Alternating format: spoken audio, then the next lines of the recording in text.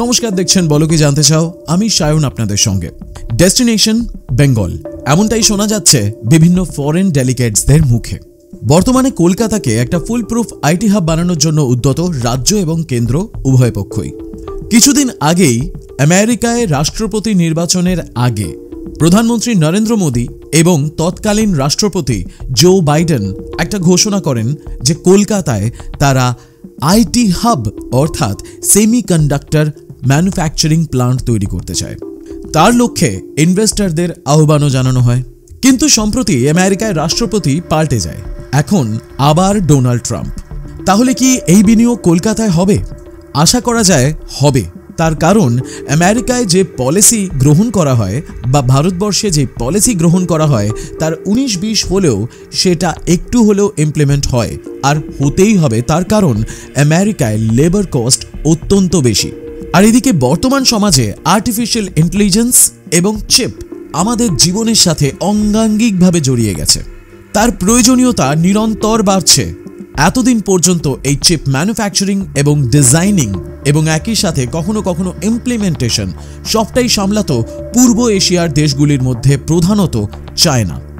কিন্তু বর্তমানে চায়নার সাথে বাণিজ্যিক এবং স্ট্র্যাটেজিক সমস্ত রকম সম্পর্কই কিন্তু কখনো কখনো বেশ গরম তাওয়ার ওপর বসে রয়েছে। কাজেই এবার খুঁজতে হবে নতুন জায়গা। অন্যদিকে ভারতবর্ষ এমন একটা স্ট্র্যাটেজিক লোকেশন যেখানে সস্তায় কাজও হবে আর একই সাথে ট্যালেন্টও অনেক পাওয়া যাবে। আবার ভারতবর্ষের অভ্যন্তরে কখনো হায়দ্রাবাদ বলছে আমি বড়, কখনো ব্যাঙ্গালোর বলছে আমি বড়, কখনো মুম্বাই, আবার কখনো গুড়গাঁও। কিন্তু সবের মাঝে কলকাতাও একটা বুমিং আইটি হাব। এই মুহূর্তে ভারতবর্ষ তথা পৃথিবীতে যে কয়েকটি বড় বড় সংস্থা রয়েছে তাদের সবার উপস্থিতি কলকাতায় রয়েছে। শুধু তাই নয়, আগামী দিনে আরও অনেক উপস্থিতি বাড়তে পারে বলে অনুমানও করা হচ্ছে। এমনকি ম্যাকেন্সি গ্লোবালের রিপোর্টও বলছে 2030-এর মধ্যে কলকাতা আরও একটা ইম্পর্টেন্ট ফিনান্সিয়াল হাব হয়ে উঠতে চলেছে ভারতবর্ষের। তাহলে কি যেমন বলা বা যেমন দেখা তেমন কাজ? বর্তমান রাজ্য সরকার রয়েছে চাপের মুখে। কেউ বলছে চাকরি দাও, কেউ বলছে স্যালারি বাড়াও, আবার কেউ বলছে বাঙালিদের চাকরি দাও। কাজেই এখন সব থেকে জরুরি বেশি কোম্পানিদেরকে আকৃষ্ট করা এবং কলকাতাকে বানিয়ে তোলা একটা আইটি হাব, যাতে চাকরির অভাব না থাকে বস। সেই লক্ষ্যেই কেন্দ্রের ঘোষণা এবং রাজ্য সরকারের তৎপরতা সবকিছুই যথেষ্ট চোখে পড়ছে।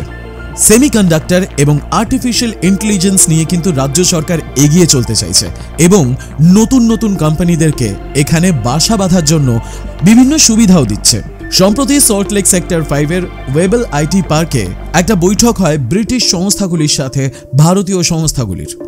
ব্রিটিশ 17টি তথ্য প্রযুক্তি সংস্থা এই বৈঠকে যোগ দিয়েছে।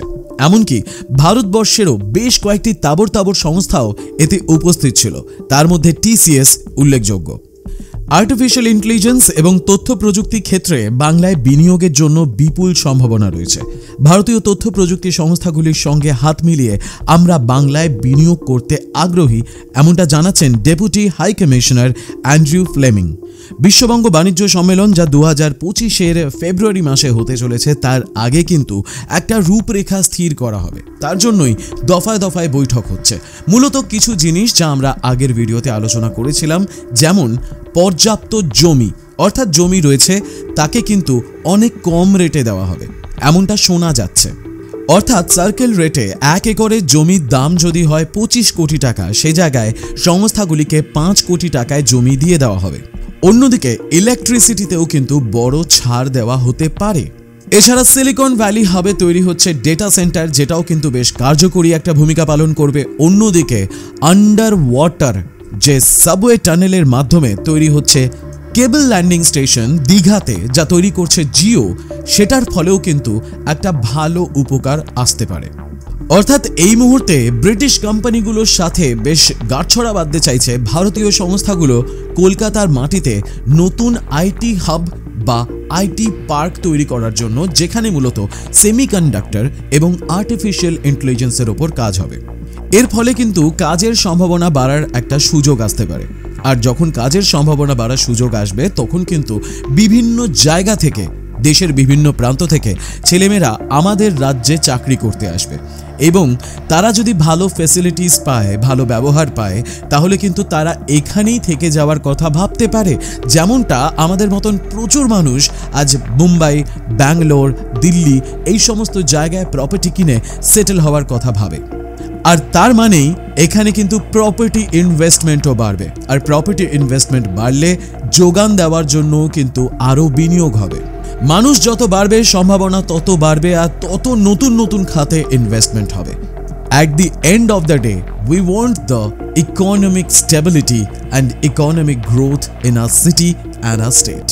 জীবন সম্ভাবনাময়, আর সেই সম্ভাবনা নিয়েই আজকের এপিসোড এখানেই শেষ করছি। কিন্তু আমাদের চোখ থাকবে এই সেমিকন্ডাক্টর এবং এই আর্টিফিশিয়াল ইন্টেলিজেন্সের ম্যানুফ্যাকচারিং প্লান্ট বা একই সাথে ডিজাইনিং প্লান্ট কতদূর এগোলো সে বিষয়ের দিকে।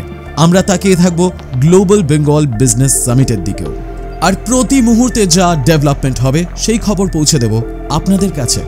আপনারা চোখ রাখুন বলো কি জানতে চাও এর পর্দায়। দেখা হবে পরের এপিসোডে, ততক্ষণ ভালো থাকবেন।